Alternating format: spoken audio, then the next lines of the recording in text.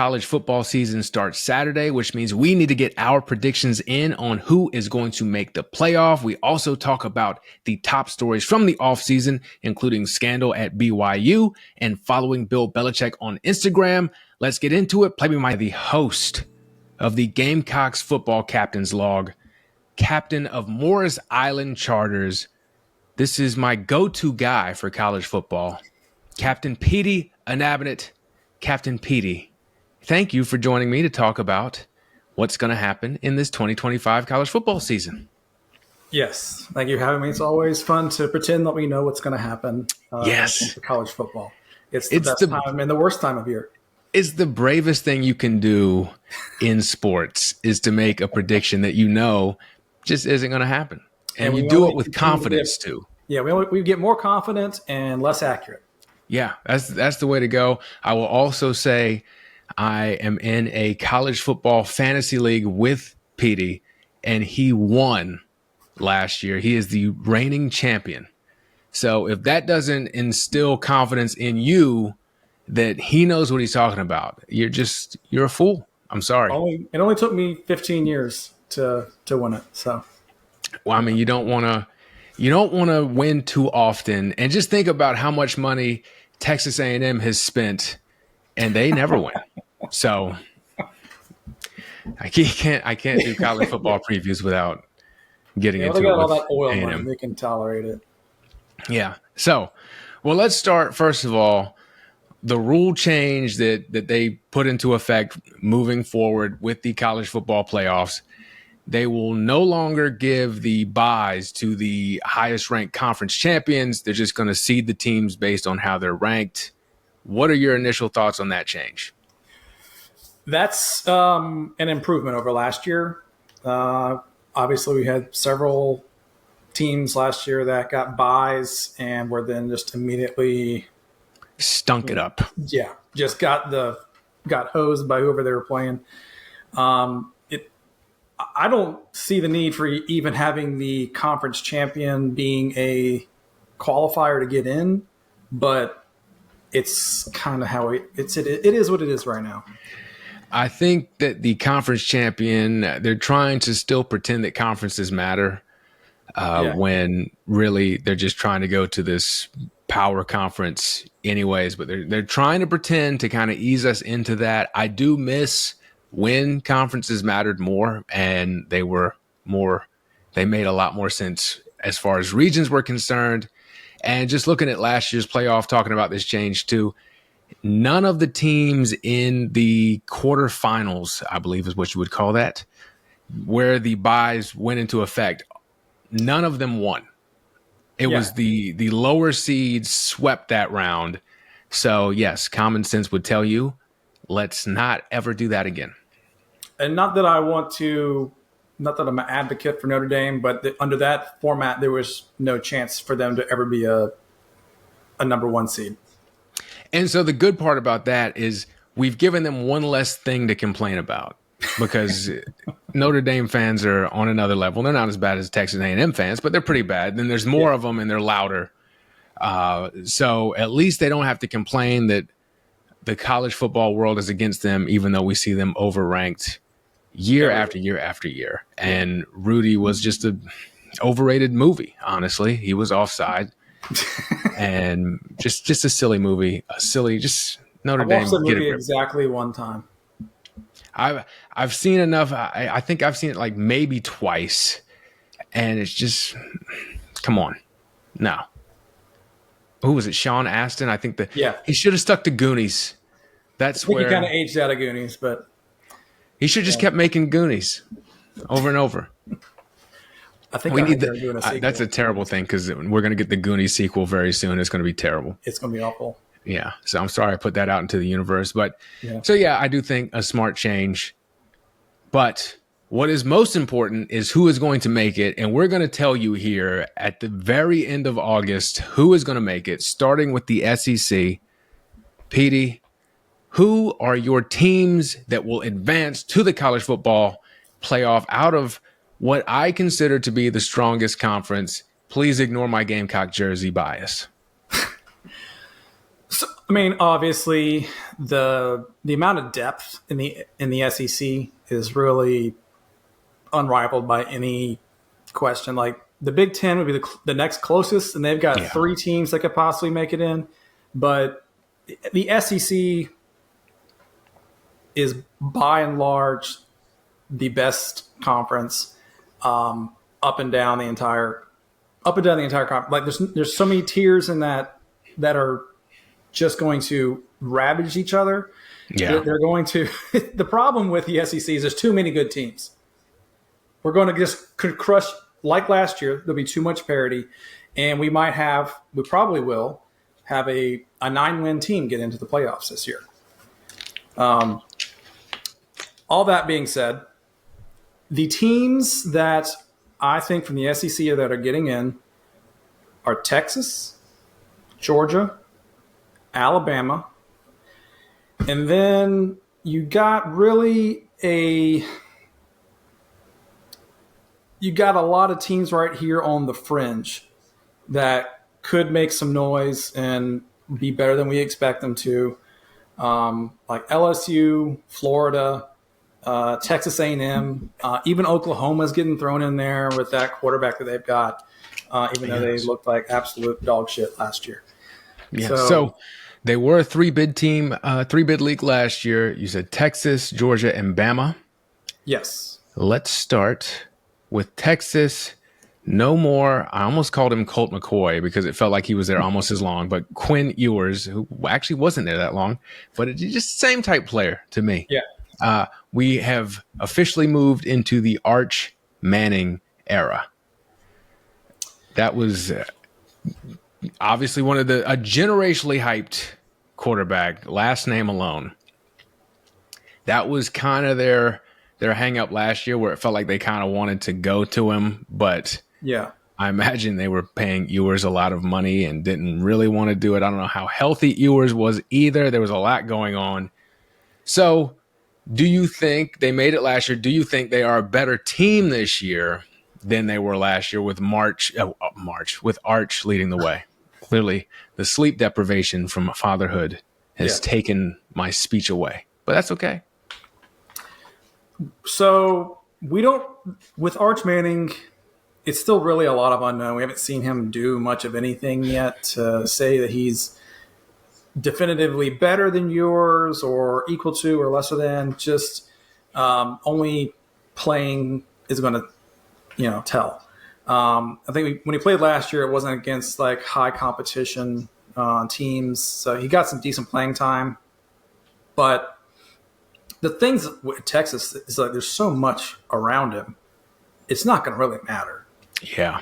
I mean, they're loaded everywhere. They just reloaded from last year. They're number one in all the polls.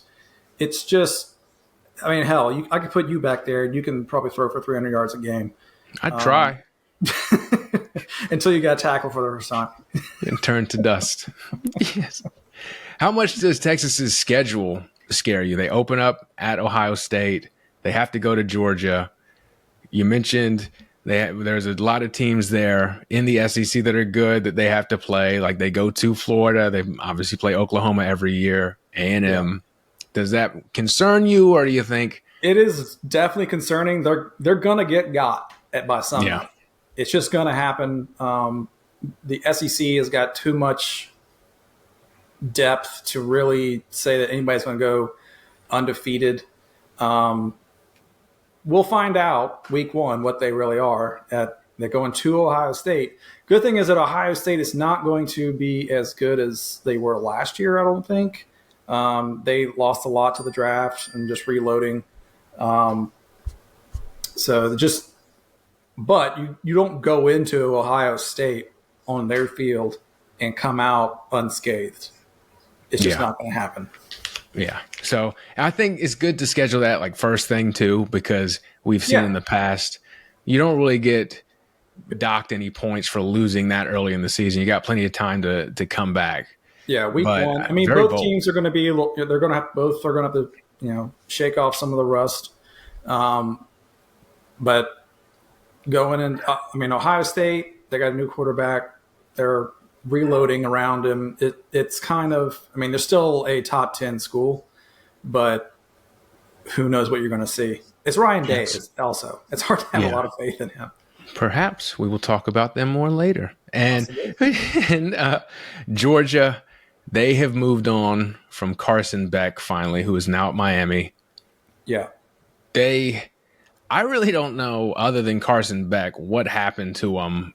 They looked like the new Bama, the new standard, when they were winning back-to-back national championships. Looked like they were going to three-peat. Yeah. It's hard to say a team that made the college football playoff fell off a cliff, but they didn't look particularly scary last year to me. Like, they didn't look like they were going to win a national championship. Yeah, they're just more consistent. Yes. Their schedule, to me, they still play some heavy hitters. They play Bama. They play Texas. That seems like a little bit easier schedule. They get both of them at home. Yeah. Are they back to being a national championship contender or merely a playoff team where I feel like now we have enough playoff teams where we can kind of distinguish between that? So the thing, the glaring problem with Georgia right now is we don't know what we're going to get out of Gunnar Stockton. All we saw out of him last year was just him getting his head ripped off. Yeah. When he came in for Beck. I would have gone right back out. What was that? I would have gone right back out as soon as this happened. Like, oh, y'all don't want to protect me? Yeah. I mean, just he's a great runner. I don't really know what he's great at as far as like passing goes. He probably gives you a little. He's more dynamic than Carson was, but it's kind of the same situation in Texas with Arch, honestly. Yeah. I mean, Arch probably has a better throwing ability, but Georgia, from what I have heard, is they're probably going to focus more on the run game this year. And I mean, they've got plenty of people to do that. They got a great offensive line. They're just going to be able to probably pound it down your throat, no matter who's got the ball. So I would probably expect to see a little more quarterback run options than you saw last year. So it's probably a different somewhat as far as playing style, but I mean, I can't say that Kirby Smart's not going to have something ready for you. Yeah. In spite of having Will Muschamp on staff, he's able to overcome that. And yes, we figured that out. He's still there. Yes. He's just collecting a paycheck is all he's doing. I wish we all had friends like Kirby. I mean, that would be great. One of us should have pursued. Yeah. One day you'll follow suit and hire me on as an analyst and just Oh man, I'm like Black McAfee. I'm doing it. That's what he's just got all his friends. He just yells. That's his recipe. Yeah. So be loud. Bam. Yeah. So Bama, the final team you picked. Kalen DeBoer last season, his first season as coach there, taking over for Nick Saban. 9 wins, which obviously everyone in Tuscaloosa hated. But it's still Bama. DeBoer is an offensive genius. He normally figures it out pretty quickly at his stops too. Yeah. What has you excited about them? They're also moving on from their quarterback. Jalen Milroe's gone. They got, I believe, Ty Simpson there. And as far as SEC schedules go, they do go to Georgia. They have to also go to Columbia, South Carolina, and face the mighty Gamecocks. But they get LSU at home, Oklahoma at home.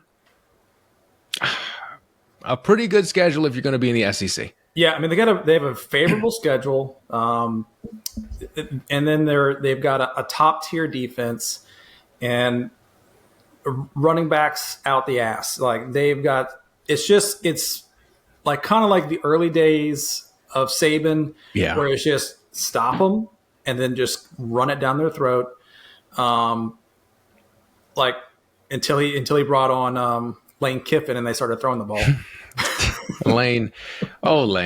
Yeah. Lane has a way of doing that. Yeah. But I just like Kalen. It's not like Kalen DeBoer is inadequate. He was a great coach of Washington. He came into Alabama with under the, having to live up to those expectations, and he's transforming it to more into like his identity as a team, which just takes time. But they'll get that quarterback. They'll get him situated. They'll run the ball. It's a lot easier, as we know, as Gamecock fans, it's a lot easier to be a quarterback when you have a running game. Yes, 1,000%. So, and they like you said, they're definitely going to have one. Yeah, and it's just Alabama. It's Alabama. Yeah, exactly.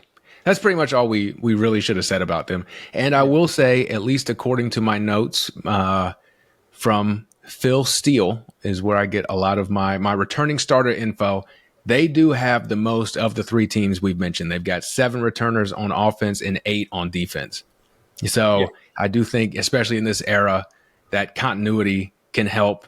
You mentioned some other teams that could throw their hat into the ring here. Yeah. Just going off what I've got in front of me first. LSU. I mean, they got returning quarterback. They threw up a lot of points last year. Their defense was still bad last year, but it was drastically better than it was the year before. They got that new defensive coordinator last year. It's just the defense is going to be better this year than it was. So I don't see how they are not knocking on the door. They're probably a 9 or a 10 win team. I think their schedule is not terrible. No, it is really good. Yeah. Who do we talk to about getting a schedule like this? I mean, they open up at Clemson. I can't imagine the last time the Gamecocks have had a schedule that was this favorable or favorable at all. We've always had to play a really hard schedule. Yeah. No, really good schedule. And if they're bad long enough, Brian Kelly will commit some sort of satanic ritual where he sacrifices like a young virgin who from Hocus Pocus who lit the candle. He's going to do some of that Cajun voodoo and pass around the boudin and the in the locker room and gumbo and do a little. They're not going to mess around for long. Yeah, he's going to snort all the powdered sugar off the beignets at Cafe Du Monde, and he'll make sure that they make something happen. Yeah. So I do agree there. You talked about Oklahoma with Brent Venables there. They were not good last year, but there has been a lot of hype surrounding them heading into this season with John Mateer, the new quarterback from Washington State, I believe. He just recently got into some trouble too with his. I didn't hear about this. I believe it was his Venmo history, and it was public. That's right. I forgot. He was like labeling his transactions as sports gambling, which people didn't like. And this was a couple years ago, I think. But it is funny how sports gambling is all around sports, and the athletes cannot gamble. And I understand fully why they can't gamble, but it is funny how everyone's getting up in arms. Like, how are we expecting them not to? Yeah, I mean, everything is FanDuel or DraftKings. It's all around them. Everything's sponsored by betting sites. I mean, if you're not gambling, I don't know what you're doing when it comes to college sports or anything. Like, it's the reason why most of us are here. Yes, and and to his credit, he did deny that he was gambling. So I don't want to say he was gambling, but if he was, like, I don't know how he could not. But if you had to bet, what would you say? How good are they going to be? I can't phrase the question. I just want to make a bet joke. Yeah. How much can he possibly lift them after what they were last season? And they were terrible last season when they had Jackson Arnold as quarterback. If you just look at our game with them last year, that game was where they handed us 3 turnovers in the first 2 minutes. And it was all from the quarterback. So if they figure the quarterback situation out, they still have a great defense. Yeah. And it's Oklahoma. And of course, they've recruited well for eons, but they're always going to have a great team around them. But they whiffed on their quarterbacks last year.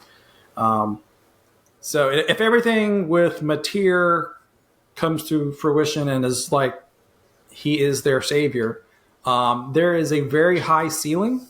I mean, they could be a 9-win team.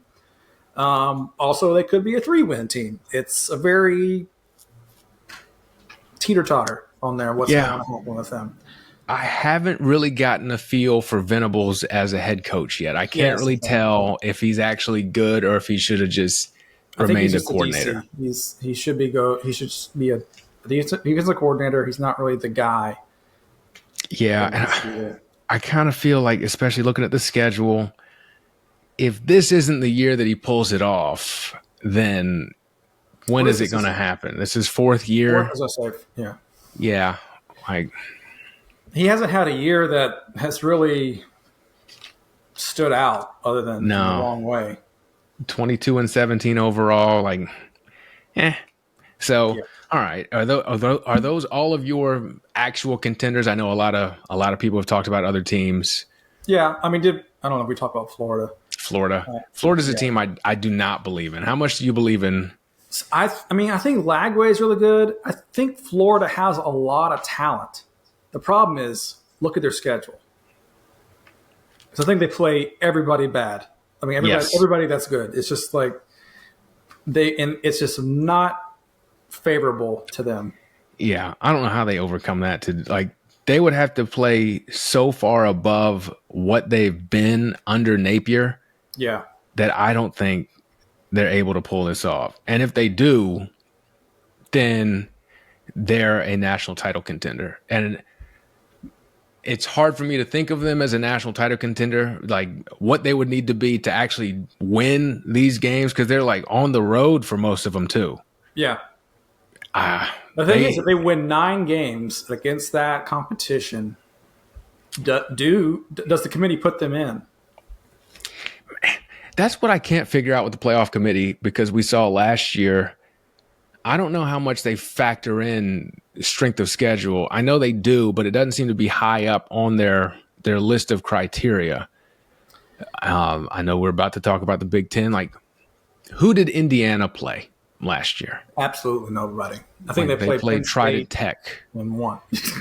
Yeah, they played Trident Tech. They played College of Charleston's club team. They didn't really play anybody. Indiana this year plays 3 teams right out of the gate that are FCS schools.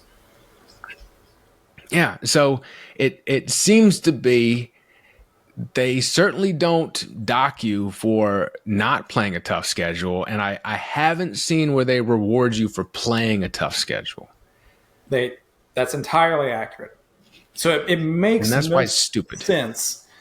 I mean, if the Gamecocks wanted to get into the playoffs, what we would do is we'd jump over to the ACC, and then we don't have to worry about 2 teams. Yeah, and that would be it. So, yeah, I don't know if Florida is going to make it. They would just have to be too good with that schedule, and it stinks for them, because I do think some of those games are winnable, but I don't think enough of them are to get the committee's attention. I am expecting a down year for Ole Miss and Lane. I am as well. Which kills me, because everything college football is so much more fun when he's winning. Yeah, because he's hilarious. Yeah, I just don't know what they lost a lot last year. I don't know what they're going to look like this year. They're still probably going to be an 8 or a 9 win team. Yeah. But I don't think there's going to be a lot unless they go 6-0 or something. They're probably not going to be looking at, or people are thinking that they're going to be a playoff team. No, and to his credit, he is the self-proclaimed king of the portal, so I know he'll replace a lot. Yeah. But another thing with them, too, that we saw last year is they will surprise big teams and beat somebody, but they will also drop a game that makes you wonder what the hell was going on. I think, was it Florida last year they lost when they were trying to get to the playoff, and I was just disgusting. Was it Mississippi State? Was it the Egg Bowl? Let me check. Yeah, yes, it was Mississippi State. Yeah, I think that was Mississippi State's only conference win that last year. Was that correct? No, I'm sorry, I can't read. They beat Mississippi State. They lost at Florida by a touchdown. And they lost to Kentucky. Kentucky was the other one. Kentucky was the one that knocked them out. Yeah. Because I think they would have forgiven the Florida loss. But they lost to Florida after beating Georgia. So that is the Lane Kiffin experience right there. Yeah. So I'm expecting a down year from That's them. a very Gamecock thing to do, too. Yeah, sadly. And same thing with Tennessee. They had the mess with the quarterback in the spring. He ended up going to UCLA. Yeah, Tennessee I also am lost a Oliva. lot on defense. They're probably a 7 or 8 win team. Yeah. They got that quarterback from Coastal, is it Aguilar? Yeah. I just don't know how great he'll be in the SEC. Yeah. That's a big jump in competition. Yeah. And let's finish it up real quick. Our Gamecocks. What do you expect from them? So the Gamecocks are really hard to determine what they're going to be. I think they're either a 5 or a 7 win team. If we get really lucky, we could get up to 9 again. I just don't see that happening. The problem is we lost a lot on defense. We still have potentially one of the best defensive players in the country. But around him, what do we have? We don't know. We lost a lot of, on the back end and up front with Kennard and also our linebackers. We have new guys coming in. Whether or not they'll be good or not, we don't know. I just don't anticipate it being as good of a defense as it was last year. And then on the opposite side of the ball, we have Lenora Sellers, who is amazing. Has he fixed his turnover problem? Don't know. Other question, the offensive line was still not good last year. He just was able to evade people and, make some plays out of nothing. Also, we don't have a clear running back that's going to be great. We have Oscar Attaway coming back, and we have Faison transferring in. I don't see either one of them being as good as Rocket Sanders was last year. Correct. And then looking at our wide receiver room, that one's tough. It's hard to say that he's going to have a lot to throw to. Now Bennett is coming back. He did well last year. Larvidan did okay. Nick Harbor, what are we doing? This is his third year, and we've got to get him figured out at wide receiver. I'm hoping he has made a drastic improvement since last year, and that we also have learned that we need to throw the ball deep to him. Let's not use him as a blocking receiver. Let's send him 40 yards down and just throw it up to him. We also have this kid Murph coming in as true freshman. I mean, I've heard a lot of good things about him. He should be able to play right out of the gate, but we're not going to be an elite team as far as receivers go. So, yeah, it's not looking awesome. I would expect 7 wins. It's what I would expect. I might get lucky. I might get 8, or I could see a 6. Yeah, because we do the tougher games. Yeah, we get at home. So that's good. I am concerned about running back because I don't think I checked earlier this morning, but I don't think we have the word on Faison yet. We don't. He's eligible. I thought we. I'll do some Googles here in a bit and see. And then you're right as far as the receiver room. And we lost Josh Simon. Yeah, so we don't really have a tight end either. We have Michael Smith coming back. I think he had 10 receptions last year. Which is not a lot. And so it's great that we have Lenora Sellers, but who is he throwing to when he is evading everyone who's trying to murder him? We had a transfer for a tight end from Kentucky. I can't remember his name. But I think he only had 9 receptions at Kentucky. Yeah. So it's going to be a whole lot of Lenora's figuring it out. Yep. So good luck to him. Hopefully he And makes it good through the luck. year. Most importantly, good luck to us because we're going to need it. Moving on to the Big Ten, home of the reigning national champion, despite everything, Ohio State. Yeah. Who do you have making the playoffs out of the Big Ten?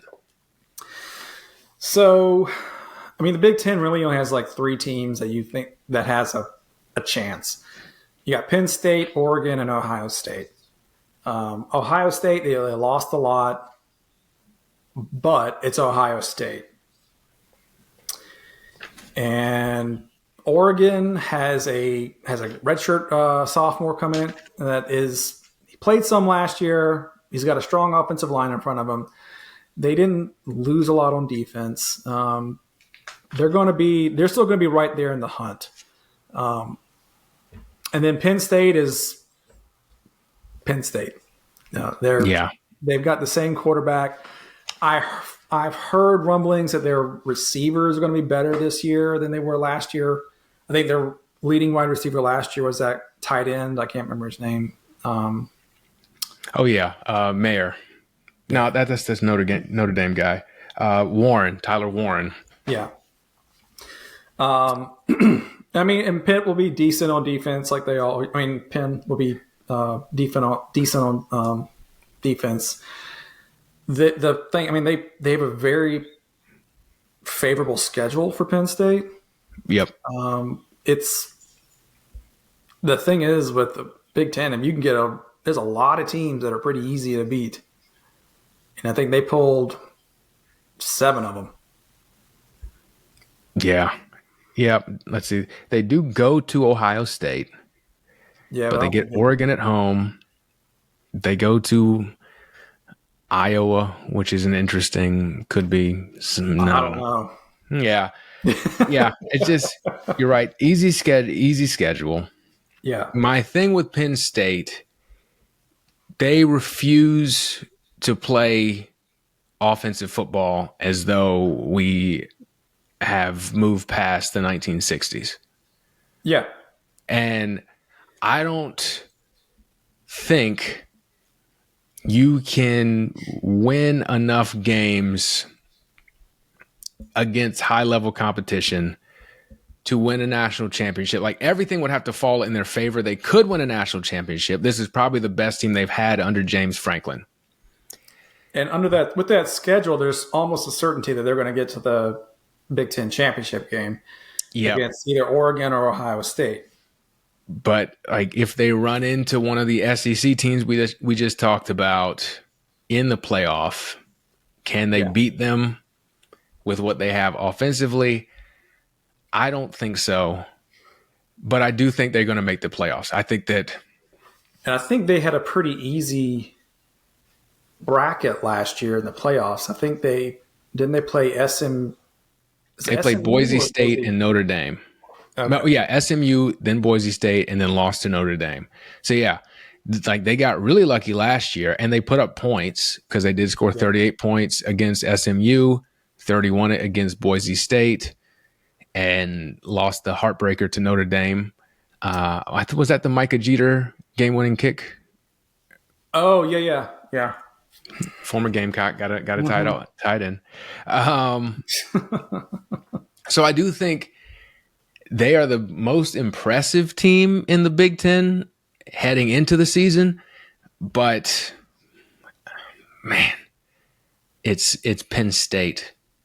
And so that's where I'm having the problem is like national. I'm still stuck in this national championship contender mindset versus just playoff. Like, when I'm thinking national championship contender, I just cannot believe in this team. Like, but that doesn't matter. Penn State has not been a team that you thought would be playing for a championship since like the early aughts. It's not every year they've been overrated and then fall short of that ranking. Yeah. Last year, I guess, probably appropriately rated, but still not a team you thought could win at all. Yeah. And they do have those 2 running backs. I think they both ran for 1,000 yards, Allen and Singleton, I believe. Yeah. So they're going to run the ball well. If you got that quarterback, you better hope you can run it. Yeah. I just don't know, especially losing Warren, who was incredible, the tight end. Yeah. I don't know if they're going to be able to throw the ball, even with what they claim to have at wide receiver. But I do think, just to put a bow on it, definitely a playoff team, probably the Big Ten champion. Yeah. But also Penn State. So let's go to Ohio State, which is, I feel like I ask you this question all the time. If South Carolina could, to win a national championship, they could never beat Clemson, would you take that deal? No. Yeah, because that's essentially the deal they have at Ohio State. Yeah. Against Michigan. They just refuse to beat them. What, 4 in a row? Is that right? I believe so. And that's just, yeah. Oh, man. Yeah. 4 in a row. So that's just so tough. Because even it just adds some stink to your national championship when it's like your rival, your biggest rival can be like, well, didn't beat us, though. Yeah, and it's not like Michigan is a particularly good team. No, and especially not last year. No. That was inexcusable. Really, the past 2 seasons, but last year. Yeah, it was just a gross team. Yeah. Yeah. I don't expect much out of Michigan again this year. They do have that quarterback coming in, but he's a true freshman. So yeah, it's hard to trust that. So, and they have to go to Ohio State goes to Michigan this year, so we'll see. Overall, the schedule we talked, they do open up against Texas. But that's a home game for them, so that's good. Yeah. Beyond that, maybe at Wisconsin. I don't know if this were early 2000s Wisconsin team. Wisconsin is not Michigan. Good. I think they're projected like 5 wins this year. But they have very hard, one of the hardest schedules in the Big Ten. Yeah, I think Wisconsin at Illinois also plays Alabama or something too. Yeah, so I don't know. Good for them. But yeah, at Illinois, not a lot here on the schedule. So they're going to get a chance to, if they survive the first game, which again, like we talked about, I don't think will matter in the grand scheme of things if they lose to Texas to open the season. But they'll get a chance. They got the freshman quarterback, redshirt freshman as a starter. They'll get a chance to get him comfortable. And they're going to have a ton of talent around him. They got a very workable schedule to get a new quarterback comfortable, and playing well by the time they need to do something major at the end of the season. And they are replacing a lot of talent, but they've proven they're good at that. They lost Judkins and Henderson, but they got Peoples, who was there last year. He'll be starting. Obviously, they always have great wide receivers. So as ridiculous as it sounds after the conversation we just had about Penn State, I do think Ohio State will also make the playoffs. And I would not be stunned if they won another national championship. I do think that's incredibly hard to do this day and age. But am I crazy for thinking that? They needed a wake-up call to get into the playoffs. And then once they got to the playoffs, they just were dominant on all fronts. What do you think about Ryan Day as a coach? 8th year there. Fantastic record, 70-10 overall. Just won the national championship. I feel like he dyes his beard. And I just can't trust you as a coach. 1,000%. Okay, yeah. I can't trust you as a coach if you are that upset about your appearance. Who gives No one's beard is that black. No. It's a matte black beard he's wearing. Why? Why are you doing that? Yeah, he's older than I am, and I've still got a little bit. I've got grays. I've got a couple of grays thrown in here. He's got nothing. Graduated college in 2001. He graduated college. No, shoe polish. Yes, graduated college 2001. Damn. And he has no gray hairs anywhere around him. As a head football coach. Yeah. I feel like you age 3 times as fast as the average human being a football coach. It's like being president. Like if Obama can get Yes. So I don't know. This is the kind of analysis we bring you. You shouldn't trust a coach who No. dyes his facial hair, especially not his facial hair. I guess Yeah. if you dye your hair on your head, that's still much like playing a weak schedule. We're not going to dock you for it like the playoff committee. We're like, okay, that's fine. It's acceptable. Yes, we'll overlook it. But your facial hair, because that just seems like even more of a thing. That's so much trouble because then you got to dye like your eyebrows. There's so much hair to dye if you are intent on never showing that you have gray hair. That's time that could be spent out recruiting, game planning, figuring out how to beat Michigan. Like maybe we continue being aggressive on offense throughout the whole game. He's not thinking about that. He's thinking about how do my roots look? Also, once you go down that path of dyeing your hair, you can't just all of a sudden stop. No, because then people will think you got sick or something. You see Ryan Day? His whole beard is gray all of a sudden. Is he on chemo? I'm like, oh man, pray for Day. Something's wrong. I don't even know how you would go about that. And that's going to be a whole nother strategy he's going to have to figure out. And that's going to be more time away from thinking about football. So I don't know. Well, I don't know if he's all the way in. State, you don't have to think a whole lot about it because it's just because you're at Ohio State. You're going to get great talent. If you can get some coordinators around you, then you're fine. That's true. I guess I should have looked up pictures of the coordinators, but that is, you're spot on with that take. Oregon, the final playoff team from the Big Ten. They're always fun. Oregon prides themselves on being fun. They got the fun jerseys. They run some weird plays sometimes. They want to have a good time. Yes, they're like a more competent Ole Miss. I feel like their coach is more competent. He ran out. He did that not trick play, but he ran the play last year at the end of the game where it made the clock tick off. And so he knows the rules. Yes, he knows it, which I find to be important. Yeah. After watching South Carolina struggle with Illinois' substitutions in the bowl game, I'm appreciative of a coach who knows the rules. So yeah, Dan Lanning, great coach. They're fun. They have never gotten over the hump, and they've always been like knocking on the door. I do believe certainly a playoff team. They made the national championship game 1 year. That was the Cam Newton, I believe. Was that Auburn? It? I think it was Auburn. It was. I thought it was earlier than that. I thought it was like 2007 or something with Chip Kelly, and was it Dennis Dixon? Oh, that's interesting. I'm gonna look that up. But give us, while I'm Googling. Yeah. Tell me why you think they will once again be a playoff team. Well, Oregon. From what I've heard, the quarterback they've got is just as good as last year's.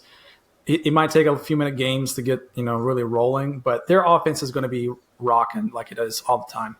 They're just a well-run team from the top down. I really believe in Dan Lanning. They just got a really good schedule. I mean, it's the Big Ten. When you're the top three in the Big Ten, everybody else is really just head and shoulders below you. So how could you not? Agreed. Looks like they made the national championship game against Ohio State in 2014, and the Auburn one was 2010 against Auburn. Okay. How does that make you feel? Well, that entire Auburn year, I only just remember us playing against Cam Newton. That was certainly memorable. I will give you that. Yeah, and that is grain of salt. That is from the AI overview of Google, which hit or miss. But that the Ohio State loss 42-20. That was with Marcus Mariota at quarterback for Oregon. And that was when Urban Meyer, I believe, was at Ohio State. So some Oregon trivia. I do agree, but you're right. There's really no reason to talk about any of these other teams because they're not going to contend. No. I do want to ask you. The only teams that I could think of that might sneak in would be Illinois or Indiana. But it's just because they're decent schools and have a favorable schedule. Yeah, they've got really easy schedules, both of them. Well, especially Indiana. Yeah. What is going on at Southern Cal? Do you know? What? Oh, God, I have no idea. This is a make or break year for Lincoln Riley. Fourth year there, and I think they started out last year beating LSU. Was it LSU they beat LSU? Yep, and then they lost to Michigan in week 3. And then, I mean, they were in games. They lost in overtime to Penn State. They were close, but that's not really what they paid Lincoln Riley a boatload of money. Like, that's how I would talk about our season as a Gamecock fan. Like, well, we almost upset a couple of teams, and we can be proud of that. This is Southern Cal. That doesn't really work. A little bit higher standard. I think they're paying the Reggie Bush tax. Ever since they took the trophy away from Reggie Bush, You shouldn't have done it. like they've been slowly going downhill. And I thought Lincoln Riley would do well there. He did well in Oklahoma, but I just can't. Nobody seems to be able to figure out how to play in LA. Yeah, which you would think they would have perhaps the most NIL money at their disposal. Yeah, and I think just like LA doesn't care about college football for the most part. Yeah, there's too much going on. So, okay, let's move on to we've got 6 teams so far. We've got 6 left. We're moving on to the Big 12. Who are your playoff teams from the Big 12? Last year, I know they had Arizona State, and Arizona State was all alone, I believe. Yeah, I was going to say they're the only ones. Look, I mean, Big 12, good fucking luck. I have no idea. Yeah, I was going to ask you because I don't know. I don't know what to say. So as far as the power rankings and everything, like Kansas State is like the highest rated team in that conference. I really like Kansas State's quarterback. I watched him play last year because I had him on my fantasy team. Yeah, that you won the championship. Yeah, I think he had some of the same problems that Lenoris did with turning the ball over, but he was a true freshman.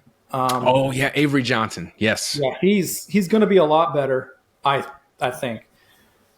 So but then there's also Texas Tech. They just went out and hired everyone in the portal. They just threw money at everyone in the portal and said, "Hey, come here." I think they got 54 players. It was something insane. Yeah. So they could be really good. And then there's Arizona State. Arizona State, they've kept all their staff. They didn't lose a lot as far as like players go. They lost Scattaboo. I think he was probably like the heart and soul of that team. The championship game is going to be between those 3: Texas Tech, ASU, and Kansas State. But here's a little caveat. I have a sneaking suspicion that BYU is going to be a lot better than expected, and their conference schedule is extremely easy. So I would not be surprised if they poke their head in there somewhere. So I will tell you, I will start with why I am out on BYU. Okay. BYU, they lost their quarterback, Retzlaff, the BY Jew, they called him. Yeah. And I believe it was because he had premarital sex, which has tripped up a couple of couple of guys. I want to confirm this because I don't know if this counts as slander. If I'm saying to someone, yeah, premarital sex. Okay. Yeah. I don't know if that counts as slander. This happened to Just their allegedly. basketball team when they had Jimmer Fredette. They had a Yeah, I remember guy, that. Brandon Davies, who was really good, and he got kicked out of school for a year. He came back. But yeah, Jake was like, well, I'm going to just go somewhere where I can bang freely. I have a question about what. How could they just not tell them? Like, why are you going around telling the officials that you had sex? This is how I am always very Or are they coming in and curious. checking the bed sheets? Like, Yeah, like they got like I don't know if you remember MTV had a show way back, Room Raiders, and they would it was like a dating show, but if let's say they had three guys and one woman, they were trying to get her attention. The woman would go in all the guys' rooms and search through their rooms trying to get to know who the guys were and pick who she wanted to go on a date with based off of their rooms. And she would have a black light sometimes and go over their sheets to see what was going on. It was a crazy time back in the early 2000s. So you've raised a great question because I don't know how this information gets out. Short of a baby, I don't know how it's like you could prove that anyone had sex ever. I don't know how you would prove unless that. these are just like really honest kids and just sort of like, hey, I poked my girlfriend. Yeah. And it's a hell of a rule, and they have a lot of interesting rules. And so, shout out to the Mormons. Good for you. Not my thing. I prefer caffeine and sex. I've got a baby to prove it. I would be suspended for the season. But Oh, is it only the season? I thought it was the whole. I thought it was so forever. with Davies, it was for the season. I think I saw that Retzliff was going to be 7 games. Oh, I don't know how they determine. Now, this is another good conversation. What determines the length of the suspension? Like, is it like number of times you've had sex? Is it like the position you used? Is there like some positions that are less Mormon than others? were you And wearing it's your like, pajamas when you did it? yeah, like how naked were you? Did you have your socks on? Did you leave your New York Yankees fitted cap and chain? I'm just talking about myself, but what goes into determining how bad the sex was? So, Or they're getting less stringent about it over the time because they're gone from a full year to 7 games. yeah, they're like, okay, this is not that bad. I guess we're getting with the times. 7 games. Or maybe they just didn't. Maybe because he was a Jew, they thought it might look a little worse that they were punishing a Jew. Now In you've in this raised, political climate. now we've got another thing because Brandon Davies was black and he got a full year suspension. Okay. Jake here, 7 games. And I don't want to accuse them of anything. I know certain things about their belief system Yeah. that would make me simply say, to that. Just say, just interesting, just very curious to hear. But I don't know. We really have to There's a dive lot into of this. questions around that, and not so many answers. Yeah. So this is something I'm going to do some reporting on this, and we'll figure it out. Do a whole episode on that. Yeah, I think we need to. So the replacement quarterback wears the number 47, the guy who's going to be starting. That's interesting. Yeah, so I don't know about that. And his name is Bear Bachmeyer, which does not sound real. Wasn't that a quarterback of Boise a few years ago? It sounds like if you told me it was, I would believe you. I'm pretty sure like 2 or 3 years ago there was a Bachmeyer quarterback of Boise. He was there for a couple of years, I think, though. So I don't know. Well, how do you feel about the number of 47 for a Don't quarterback? love it. No. Don't love it. You got to be at least in the teens and below. Yeah. Okay. So you were spot on. Hank Bachmeier. Well, any There we relation? go. Let's see. I'm not seeing. Yeah. Yeah. Those are his brothers. His Oh, brother is Bear, and they got another brother, Tiger. Oh, God. Tiger and wait. Bear. Can I pick? I was gonna say, where's Lion? I'm so frustrated by this. Tiger is a wide receiver at BYU. Bear will now be the quarterback. And how do you come up with Hank? Yeah, you have to name him Lion, right? Yeah, Lion, Tigers, and Bears. Come on. it can't be lion. It can't be Hanks, Tigers, and Bears. That's ridiculous. Okay, and it says here Hank, as I'm guessing is true with the others, was homeschooled until high school. Oh, So, all right, we've learned a lot about the Bachmeyers. Anything that's that really, probably fits in a lot with BYU. yeah. Oh, they're gonna make him a hero. Okay, so oh gosh, this has made me very lightheaded.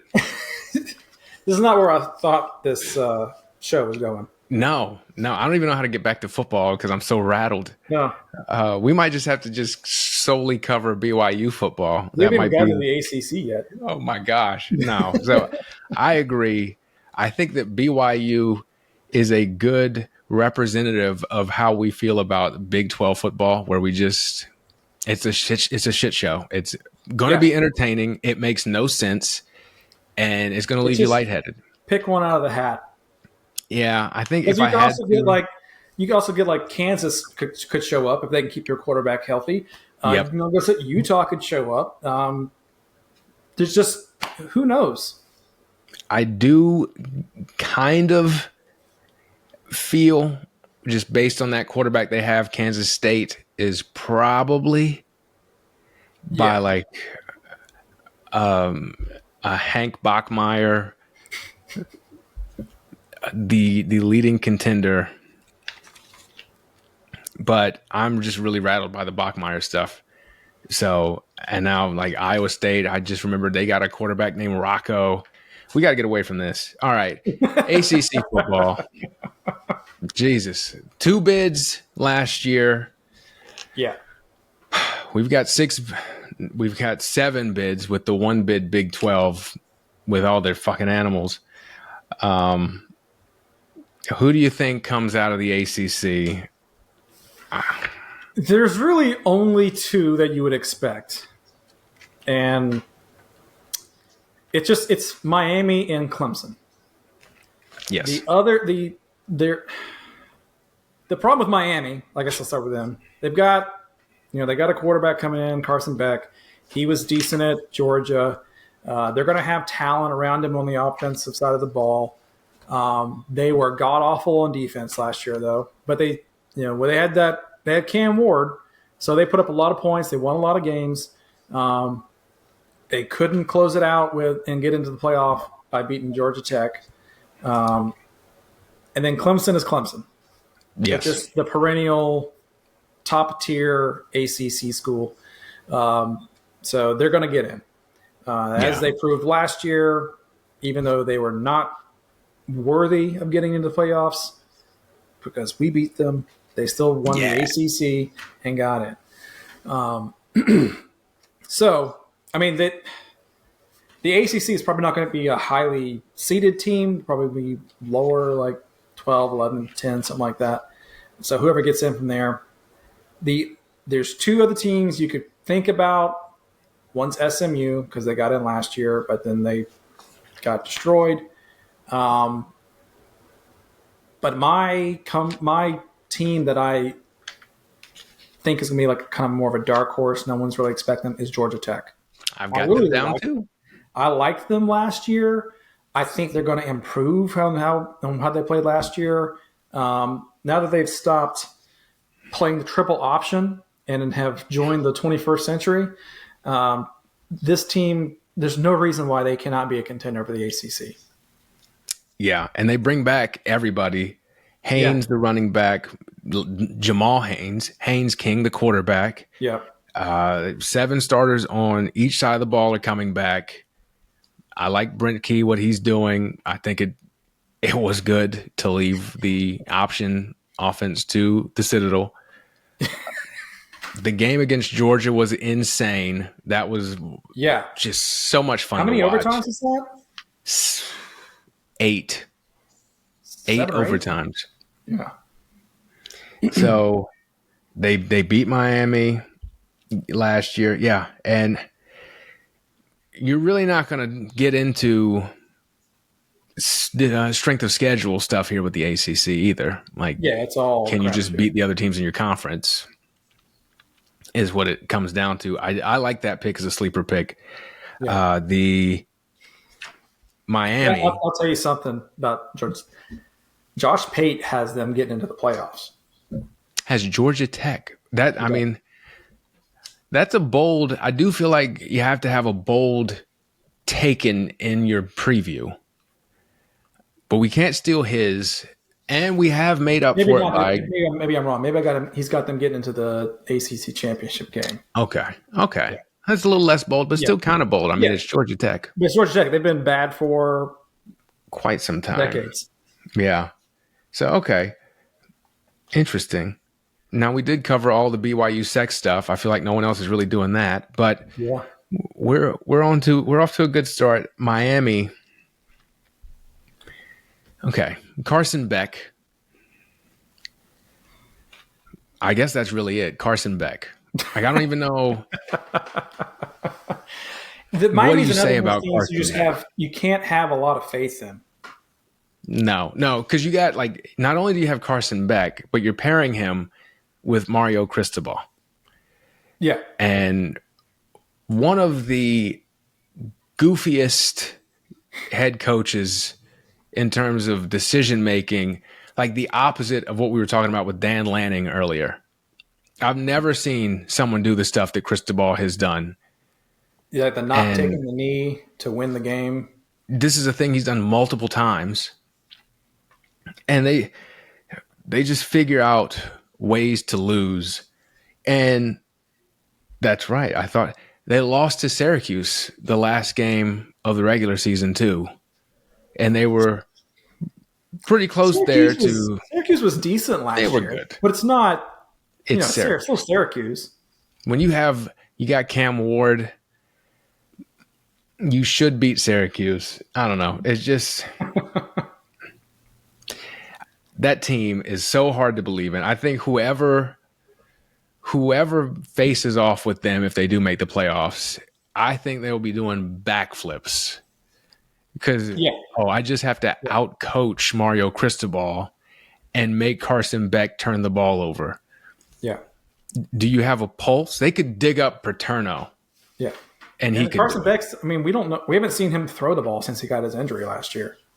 That's true. I just assumed he was injured the whole time because of how he was throwing. But you're right. He actually did sustain an injury. He was healthy when he was throwing like that. Yeah. That was a disgusting injury too. So I do hope he's healthy. I think he will stink either way. And it's going to be an interesting stink too because he's going to look good at times. But then when it matters the most, I think he will poop his pants. They do open against Notre Dame. Yeah. But that doesn't really matter because the rest of their schedule is what you would expect. Yeah. I would not. Man. Where is that game? Is it at Notre Dame?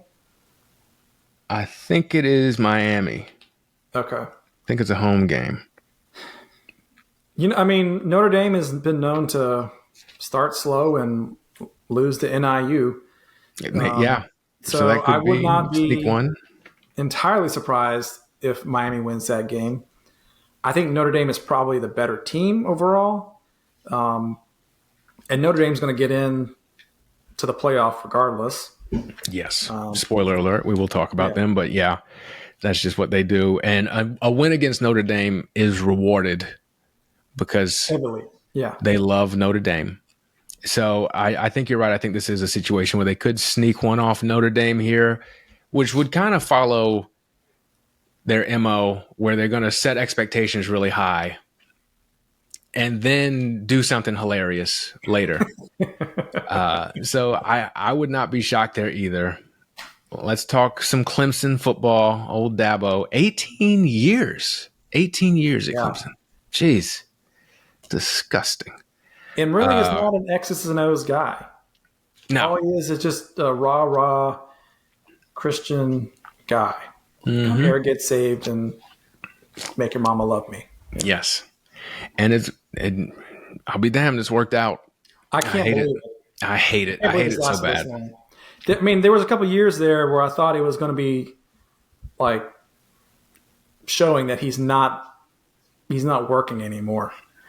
But because there was it 2 years ago we thought he might be close to like a 4-win season and pulled out 2 wins at the end of the year. Yeah, who was it? Tyler from Spartanburg who really turned things around. So thanks a lot, Tyler. I know Klubnik, Heisman candidate. Yeah. I just have not seen a lot of like film on Klubnik to make me think that he's Heisman level. He's a decent quarterback. He's bailed them out in a couple games like last year against Pitt.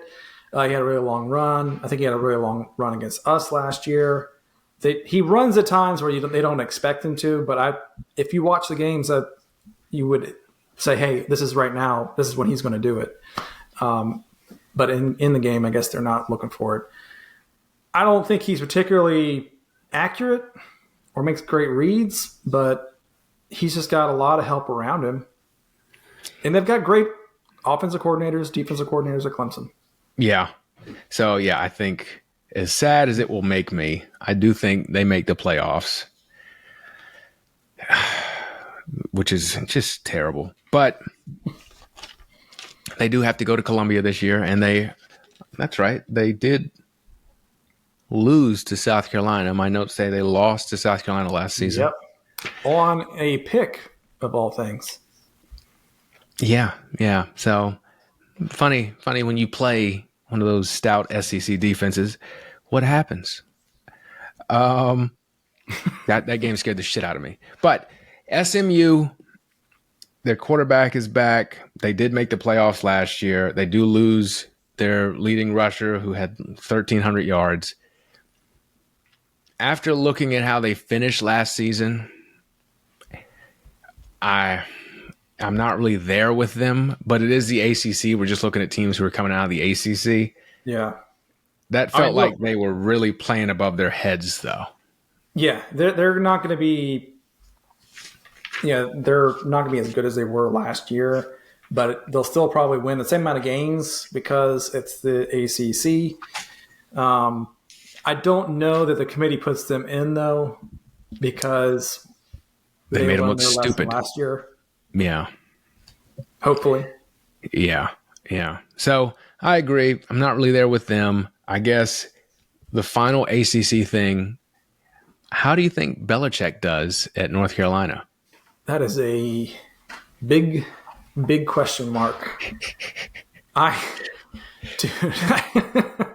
don't know what kind of talent they've got going on over there. I think he's done well recruiting, but that could either shit the bed real quick, or they could win 9 games.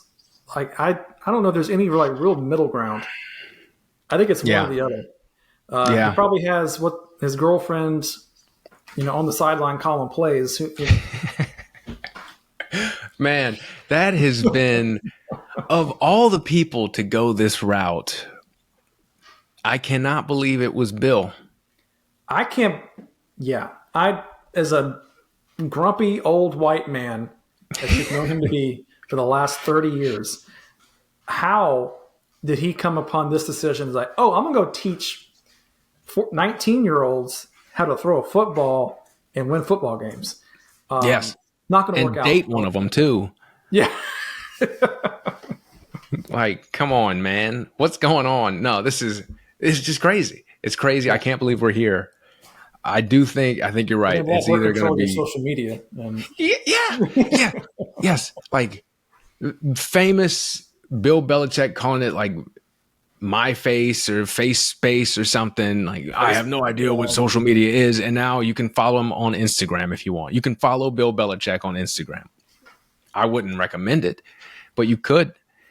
You have that freedom. So, yeah, I think it feels like a disaster waiting to happen, but the man does know football. I don't know if he like how much that translates to college football. They are going to be better defensively just for the fact that they could not be worse defensively. The game against I they don't know gave how up much of a developer he is. Like in college, the key thing is you develop players. In the NFL, they're already developed. You're just plugging them in and putting them in the right spots. I think he thinks of himself as a developer because like think of the majority of Brady's wide receivers he had that weren't Randy Moss. Like Bill would draft like a lacrosse player in the second round to play wide receiver. They're all tiny white guys.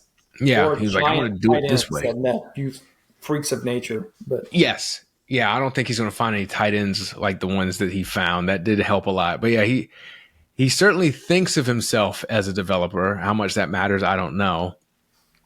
I think Brady proved though that it wasn't Belichick; it was him. Which was also another little funny twist there. Yeah. So I don't know. I think it's going to be entertaining, and that's really all I can ask for.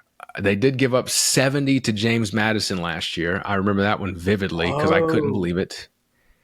So wasn't that when Mac Brown was like, "I quit" halfway through the game or something like that? Yeah, I think he was done, and then they were like, "No, you got to finish the season out." And he was like, "I'm coming back." And then finally, it seemed like he maybe wanted to keep coming back, and they were like, "No, go find your own 25-year-old girlfriend and retire." Yeah, off into the sunset, Mac. Because he retired once, like 20 years ago. Yeah. And then when did he come back to UNC? Like 15? I don't even know. I know, like, this must be, North Carolina must be what we were there for a bit, where coaches were like, this is going to be my end of my career. Lou Holtz, come on down and with your speech impediment, no disrespect. Spurrier, we got some golf courses here. That seems to be what North Carolina is doing. And we're going to see how it works out because this old guy here, he's something else. All right, so we've got. As a golfer, though. What's that? I don't see Belichick as a golfer, though. No, well, probably no time. He's got that girlfriend. I have an idea what he's doing. He'd get 9 games at BYU for it. Mm-hmm. 3, 4, 5, 6, 7, 8. We've got 9 playoff teams. We need 3 more. We're going to the group of 5. Well, we're going number 1. You've already talked about him, Notre Dame. Yeah. So, what would Notre Dame have to do to not make the playoffs? Win 8 games. Yeah. They win 9, they're getting in. I don't see how they.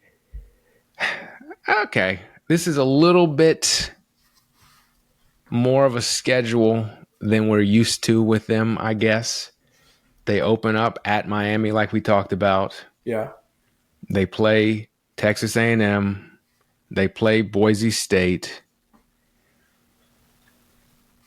They don't have anybody on that NIU level. Obviously, that didn't work out last year.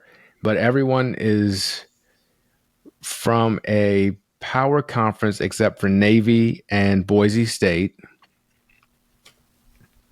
So, there's that. They got new quarterback, Riley Leonard, gone.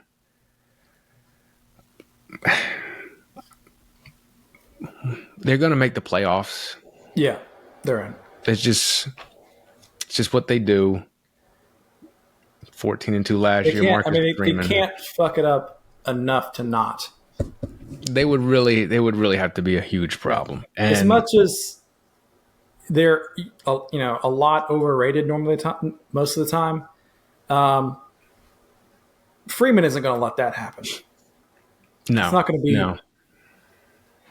I mean, they lost to NIU last year. Probably was the best thing that happened to them because they got their shit together right after that and then won out. So did they win out? Yeah, they won out, and it wasn't even particularly close. Like, they were beating teams pretty easily and putting up a lot of points. Yeah.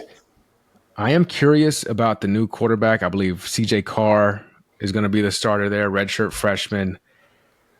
That's kind of been where they have dropped the ball at Notre Dame under Freeman. I mean, kind of going back to Brian Kelly too, honestly. But yeah, Leonard coming in as a transfer last year didn't look great. Year before, Hartman didn't look great. So that is the thing that holds me back in terms of national title contender with them, is they can never. They're just another one of those schools that just cannot seem to find a quarterback who can play well. But do they have that running back coming back? Is it Love? Yep, that's what I was about to say. They got Love coming back. He's a monster. Yeah, they like running the ball. They like playing defense. Freeman's a defense guy. I don't think he dyes his hair. He does keep it manicured. I think he's younger than me too, right? He's like 35. Is he? I think of you as the same age you were when I met you. You have not aged in my mind, and I find that to be inaccurate. No, he's older than you. He is 39. Oh, he's a year older than I am. Yeah, born in 86. So there we go. Right. You're good. Yeah, don't worry about it. So we got Notre Dame. My life right, I could be a Notre Dame head football coach. You should be. So let me double count, make sure. Looks like we need 2 teams. So obviously the Mountain West Conference championship game, whoever wins that one is getting in. It's either going to be Boise State or UNLV. I think Boise's ranks 25th overall at the moment. So most likely them. And I mean, I don't know what they don't have the same production they're going to have they don't have Ashton Genty coming back. I kind of wonder if having like more of a mix could be good for them in the sense that maybe they're harder to game plan against. I don't know. They were kind of hard to watch last year. It took, I can't remember who they were, what game I was watching, but they were like tied at halftime, and then they just kept running the ball and kept running the ball. And eventually the other team just got so beaten down that Genty just started breaking loose. Yeah, their quarterback, I was not super impressed with the quarterback. Not impressive. He's fine, fine for a Mountain West team. But it's not like the quarterbacks, the Boise quarterbacks from early 2000s. Zabransky. Yeah. So then UNLV, they lost that quarterback last year, 3 games in, and they didn't even blink. Like, oh my gosh, I forgot about that guy. I forgot what his name was. Polk or something? What a miscalculation that was. Whew. Didn't need him. I don't even know who their quarterback ended up being, but didn't matter. And then they played well against Boise in the championship game. Yep. They played them close. And then everybody else in their conference is just trash. So it doesn't matter. Yeah. Let's see. Matthew Sluka. Let's see where he's at. He is at James Madison. So be on the lookout for Matthew Sluka. Yeah. All right. And then who takes the last playoff spot? Did I not count correctly? What am I doing? No, I did. Texas, Georgia, Bama, Penn State, Oregon, Ohio State, Kansas State, Miami, Clemson, Notre Dame, Boise State. I think that's 11, but we can't be sure. Well, I got one more. Oh. Tulane. Same deal.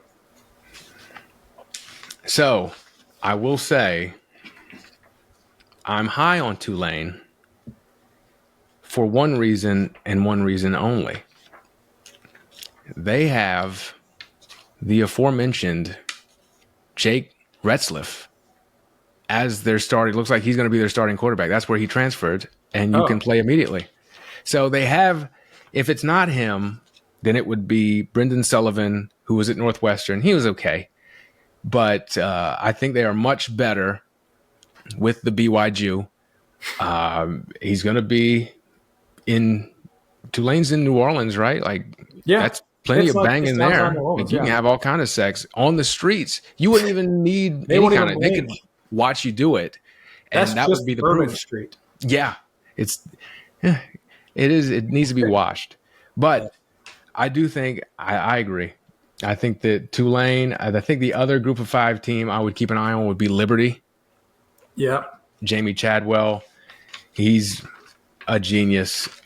We maybe should have hired him instead of Beamer. We'll see. But there's one team I think that might sneak in there depending on how things go at the end of the year.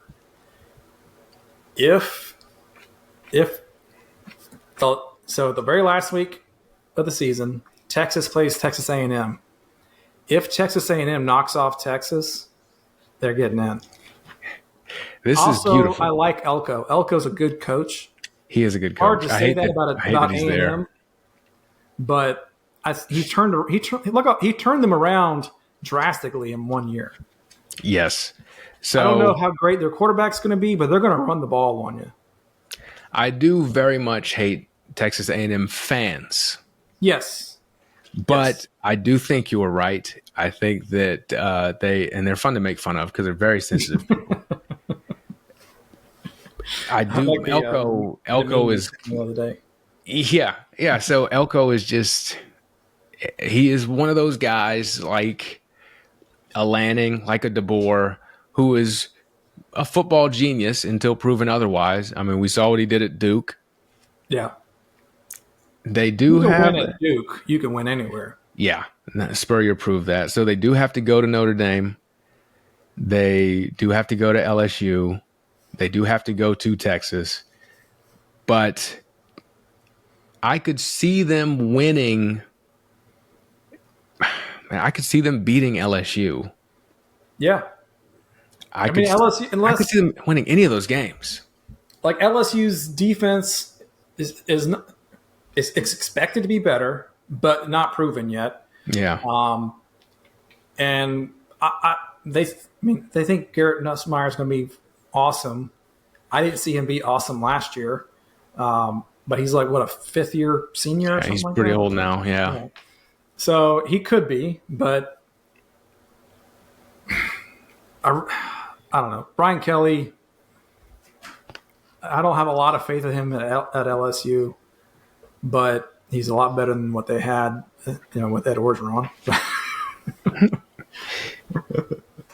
So yeah. It's one of those toss-em games. Pick a side. Yeah, I think you're right. They played all 3 of these opponents last year, and they were in each of the games. Yeah, I think that if they can win, if they win 2 of those, I think. And last year they would have been in the playoffs if they had beat Texas. Yeah. So I like that. As much as I don't like their fans, I do like that. I think that's a good football team. So we've done it. Yeah. Is there anything else you have to get off your chest? Not that I can think of at the moment. Good. So now's probably a good time to announce that if you are a fan of PD's analysis and you watch the Gamecocks football captain's log, we will be slightly transforming the show into a more national focus. There will still be a Gamecock segment within that, but it will be a more national show so we can talk about all the teams we just covered here. So very excited about that. Be on the lookout for that. If you're subscribed to the YouTube channel, then you don't have to do shit else. You're good.